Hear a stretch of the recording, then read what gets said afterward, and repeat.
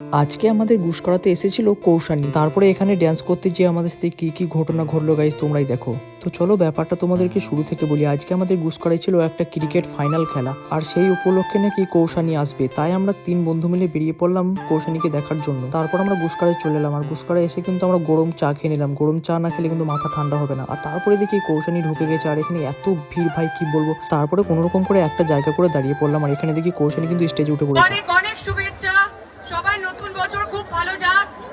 আর কেমন লাগছে ম্যাচ?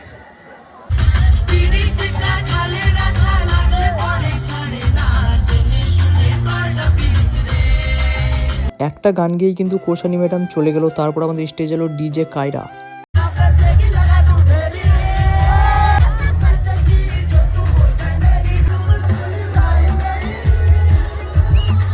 তো ডিজে কায়রা যা ডিজে বাজালো নিচে কিন্তু একদম ফুটিয়ে দিলাম। চলো এবার মিনি ব্লগটা শেষ করি। তোমরা লাইক শেয়ার সাবস্ক্রাইব ফলো করে দিও। Tata guys.